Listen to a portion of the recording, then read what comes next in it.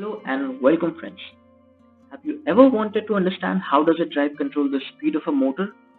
That too using practical examples and with actual trends of signals like speed and torque. How does it impact the motor?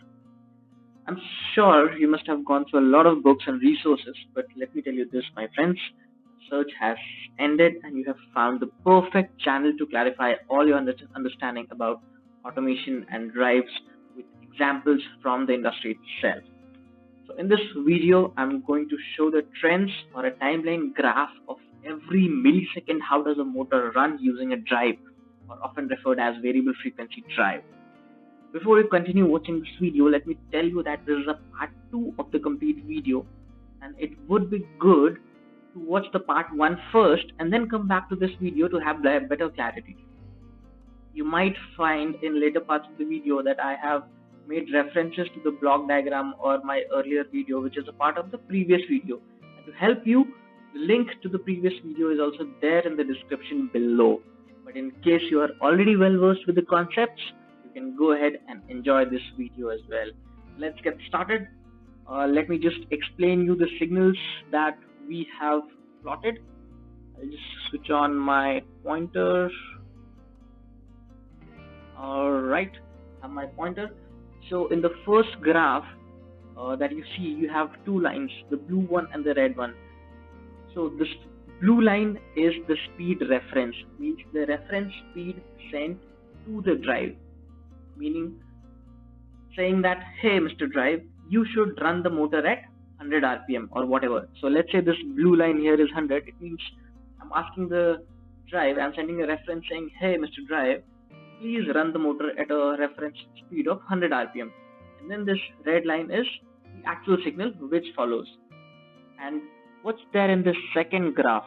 The second graph, the blue line is the torque reference, meaning I'm asking the drive to increase the torque, meaning to increase the power that is applied to achieve higher speeds, right?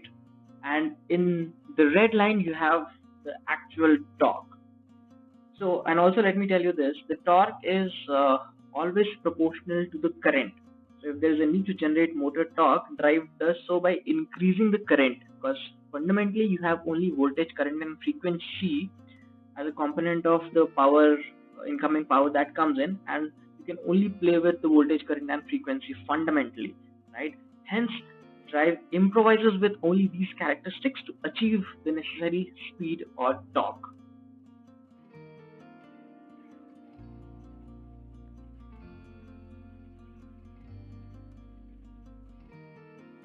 Now I will explain how the entire speed control logic works. So this is a software which is used for the acquisition of all the signals in the drive, and I have plotted all these gets plotted automatically in this analyzer. So what we have here is speed reference, the blue line, the reference which is passed, and then the actual speed in RPM. And then we have torque reference 4, as I explained in the earlier block diagram. And then we have the actual torque of the motor, right? So we'll see how all these 4 signals changes, because just summarizing the entire control logic loop of the speed, as you increase the speed reference, the torque reference increases. Now this increases because of the proportional controller. So here in our case, we have only activated the proportional controller, not the integral and the differential one. That generates an additional torque reference 2, which gets summed up, and the final reference goes on as torque reference 4, and that reference is sent to the vector control block, which passes the switching signals to the inverter, and which runs the motor. And finally you get the actual torque. This is just to verify that my actual is meeting my reference and the speed reference is meeting my actual. And because this is in speed control mode, the priority is to meet the speed reference and speed actual. So if you see here, the motor has been running at 50 RPM. The reference has been changed to 100 RPM. Now this takes some ramp time, This is where the acceleration time and deceleration time comes into picture. The reference speed increases, and as the reference speed increases, you see the torque reference starts increasing. And as the torque reference starts increasing, the actual also goes high. Now this actual signal is a filtered one. That is why you see some amount of lag, but in actual this must be a few some milliseconds before time. So as you see, to reach this 100, the torque has gone up and the motor is able to meet this reference speed. And you see there is no overshoot in the signal. Right? You just take a closer look. The actual signal meets the speed reference. There is no overshoot of the signal. And if you want to see how much is the time needed to meet, I'll just change the markers. x2 minus x1, this is the time. This is 0.889 seconds. It means only 889 milliseconds. Within 889 milliseconds, my reference has changed and actual has also very accurately followed. I'll zoom out a bit. So these are further step changes. So after 100 RPM, the speed was made as 300 RPM. And as you can see here, accordingly, the torque reference has increased and so has the actual to meet this additional. Now there is a lot of additional load which is coupled with the motor, hence this reference has gone high. And again, it has come back to a normal torque for operating at a steady speed. Now guess what would happen when we are decelerating the motor. So similar is the case for all these step changes. It would be interesting to see what happens during deceleration.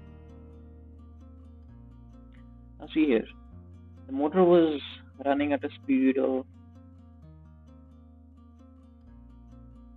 check the marker, at 1400 RPM, and from 1400 the speed reference has been changed to 214 RPM. Right, and you see this is a smooth ramp, and what has happened? The torque reference has gone negative.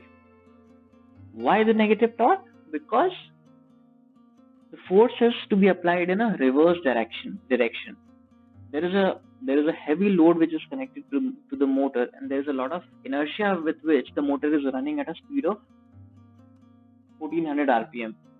So in order to make this actual speed follow the speed reference, or to decelerate it smoothly, you need to apply force in a reverse direction so that this actual speed does not overshoot because of the inertia. Hence, the torque has been applied in a negative direction, and the actual has also followed the torque, and the motor meets the reference speed almost at all the times. So I hope this makes it very clear how the speed control of a motor works, and how does a drive control the speed of a motor. If you have any questions, feel free to comment it out in the below comment box. Also, please don't forget to like the video and also subscribe to my channel. Thank you very much.